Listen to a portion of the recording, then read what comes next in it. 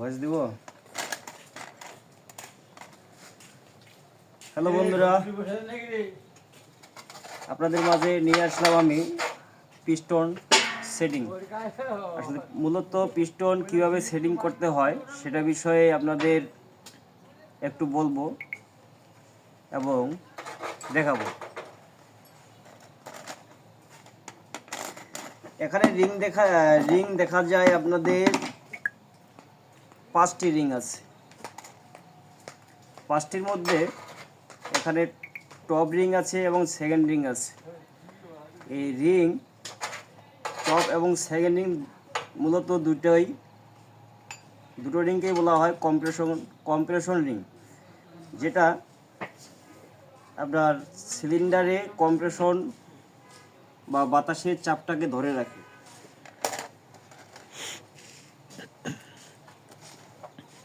আর এখানে 3টা রিং দেখা যাচ্ছে, এটাকে বলা হয় যে অয়েল রিং।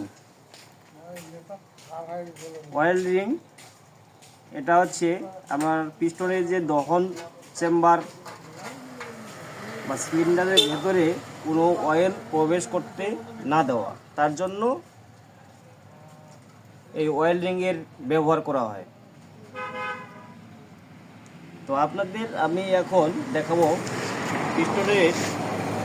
পিস্টনের রিং কিভাবে সাজাতে হয়। তো চলুন বন্ধুরা, দেখা যাক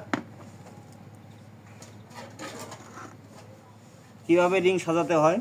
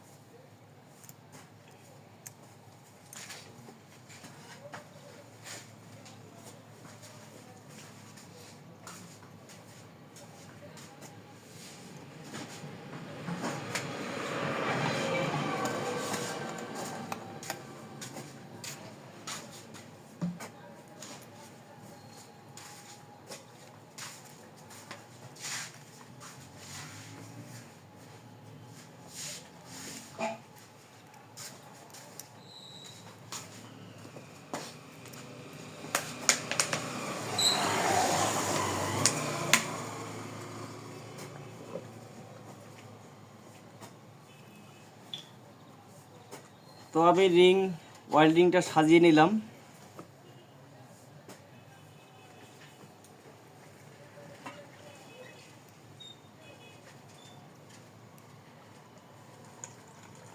মোটামুটি অয়েল রিং সাজানো আমার শেষ। একটু কাছে নিয়ে যাই। তো অয়েল রিংটাতে সাজালাম, এটার একটা বিষয় আছে।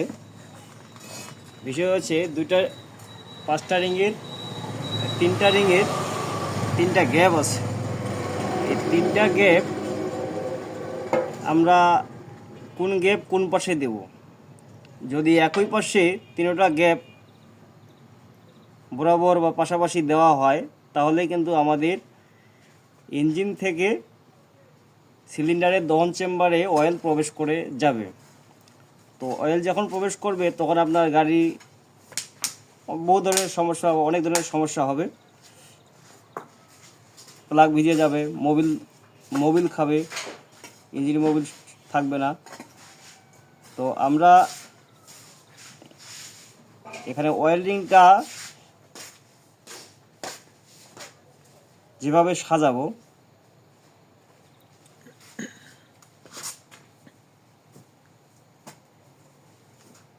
কাছে তো এই যে দেখেন, এখানে ওয়েল্ডিংয়ের মুখটা দেওয়া আছে একবারে গজেন্ট প্রিন্ট বরাবরে। এবং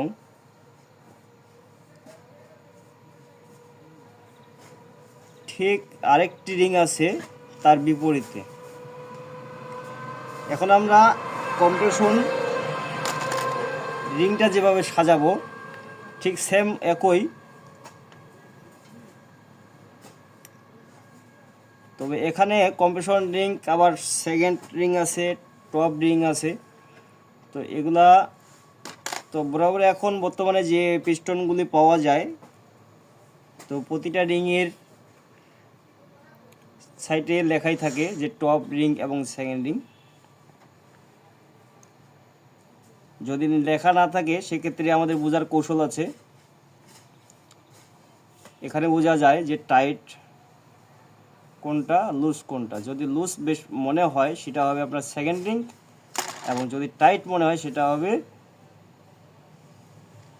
টপ রিং।